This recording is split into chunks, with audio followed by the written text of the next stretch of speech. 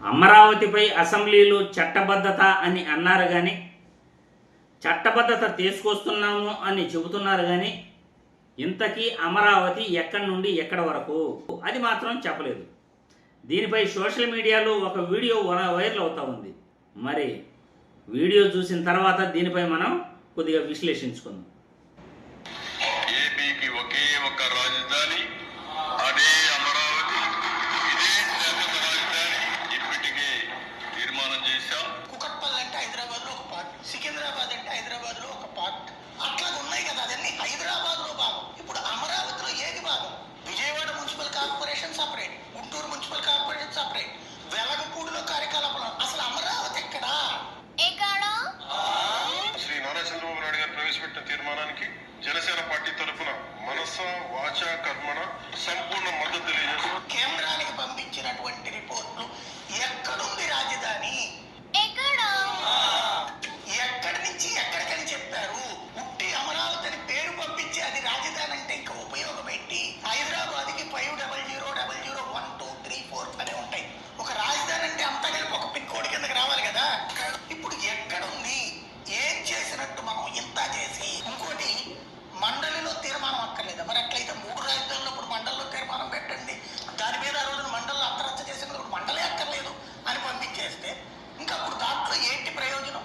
అమరావతి, విజయవాడ, గుంటూరు ఇవన్నీ కలిపి 80 లక్షల మందితో ఒక నగరం ప్రకటించకుండా అమరావతిని రాజధాని చెయ్యండి అంటే ఇంకా చట్టబద్ధత ఏ ప్రాతిపదికన ఎక్కడొచ్చినట్టు? ఒక నగరాన్ని సృష్టించి ఈ నగరమే అమరావతి రాజధాని అని ఎందుకు చెప్పలేకపోతున్నాం? మనమే 15 ఏళ్ళు ఉంటే ఓకే, నడిచిపోతుంది. అమరావతి అనే పేరుతో అలా సాగిపోతా ఉంటది. విజయవాడగానే ఉంటుంది, గుంటూరుగానే ఉంటుంది. ఇదంతా అమరావతి అని చెప్పుకోవడం మీదనే ఉంటుంది.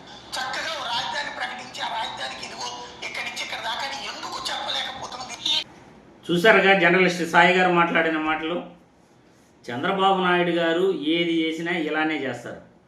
ఎందుకంటే గతంలో 2014 తర్వాత అమరావతి రాజధానిపై కేంద్రానికి పంపడం జరిగింది. అప్పుడు కూడా అసెంబ్లీలో బిల్లు ప్రవేశపెట్టి, కానీ కేంద్రం ఆమోదించలేదు.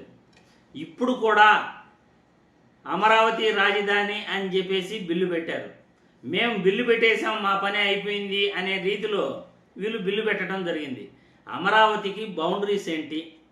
అమరావతి రాజధాని అంటే ఎక్కడి నుండి ఎక్కడి వరకు ఉంటుంది? అమరావతి రాజధాని పరిధిలో ఎన్ని లక్షల మంది జనాభా అక్కడ ప్రస్తుతం నివసిస్తున్నారు?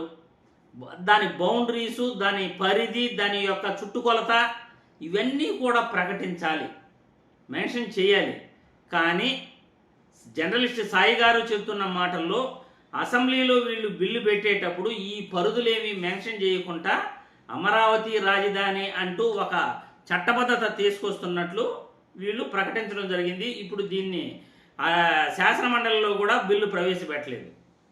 గతంలో 2019 నుండి 2024 మధ్యలో 3 రాజధానులని వైసీపీ వాళ్ళు ఏదైతే అన్నారో దానిపై శాసనమండలిలో మీరు బిల్లు పెట్టండి అని గగ్గోలు చేసిన ఈ కూటమి నాయకులు ఈరోజు ఎందుకు శాసనమండలిలో అమరావతి చట్టబద్ధతపై బిల్లు పెట్టలేదు అని క్వశ్చన్ చేస్తున్నారు జర్నలిస్ట్ సాయి గారు.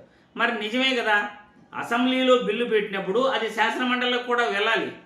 లోక్సభలో బిల్లు ప్రవేశపెట్టినప్పుడు పెద్దల సభ, రాజ్యసభకు కూడా అది పంపడం జరుగుతుంది. 2 సభల్లో దాన్ని ఆమోదిస్తేనే ఆ బిల్లును మళ్ళీ రాష్ట్రపతి ఆమోదానికి పంపడం జరుగుతుంది. ఇక్కడ స్టేట్ పరిధిలో వచ్చేసి అసెంబ్లీలో ఏ బిల్లు ప్రవేశపెట్టినా అది శాసనమండలిలో కూడా చర్చ జరగాలి.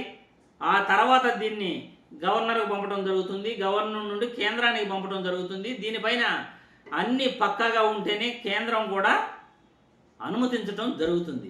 కానీ ఏదీ లేకుండా, బౌండరీస్ లేకుండా అమరావతికి చట్టబద్ధత తీసుకొస్తున్నాము, మేము బిల్లు పెట్టేశాము అని తూతూ మంత్రంగా ఏదైతే చంద్రబాబు నాయుడు గారు అమరావతి చట్టబద్ధతపై అసెంబ్లీలో బిల్లు పెట్టారో అదంతా కూడా తూచేననే అనిపిస్తూ ఉంది.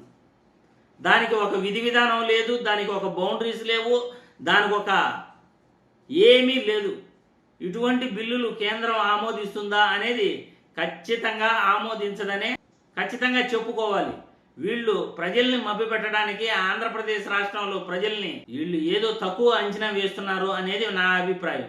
మరి మీ అభిప్రాయాలను కామెంట్ రూపంలో చెప్పాల్సిందిగా నేను వీడియో ద్వారా కోరుతున్నాను.